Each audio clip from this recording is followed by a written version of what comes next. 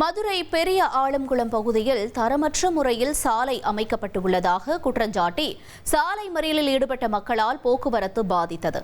இதுகுறித்த கூடுதல் தகவல்களை செய்தியாளர் சத்யகுமார் வழங்கிட கேட்கலாம். சத்யகுமார், வணக்கம். பொதுமக்கள் வைத்திருக்கக்கூடிய கோரிக்கை என விவரங்களை பதிவு செய்யுங்க. வணக்கம். மதுரை மாவட்டம் திருப்பரங்குன்றம் அடுத்துள்ள பெரிய ஆலங்குளம் கிராமத்தில் அரசு உயர்நிலைப் பள்ளி நடைபெற்று வருகிறது. அந்த பெரிய ஆலங்குளம் பகுதி மட்டுமின்றி இதை சுற்றியுள்ள கிராமங்களில் இருக்கும் மாணவர்களும் இங்கு படிக்கின்றனர்.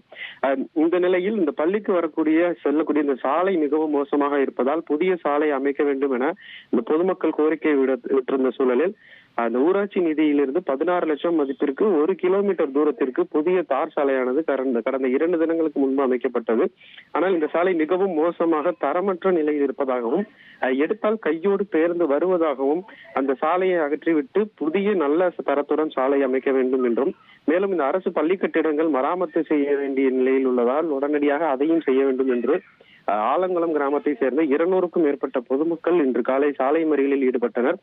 கிட்டத்தட்ட அரசு பேருந்து முதல் தனியார் வாகனங்கள் வரை நிறுத்தி வைக்கப்பட்டதால் இந்த பள்ளி கல்லூரிக்கு செல்லக்கூடிய மாணவர்கள் முதல் பொதுமக்கள் வரை சிரமத்திற்கு ஆளாகினர்.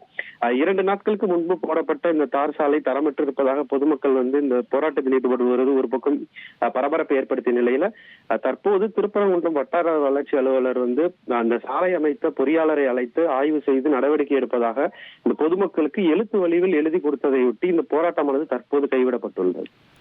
விவரங்களுக்கு நன்றி சத்யகுமார். இனி செல்லும் இடமெல்லாம் செய்தி. தந்தை டிவியின் வாட்ஸ்அப் சேனலை ஃபாலோ பண்ணினா செல்ல இருக்கும் இடமெல்லாம் செய்தி. இதோ QR கோட் இப்பவே ஸ்கேன் பண்ணுங்க, ஃபாலோ பண்ணுங்க.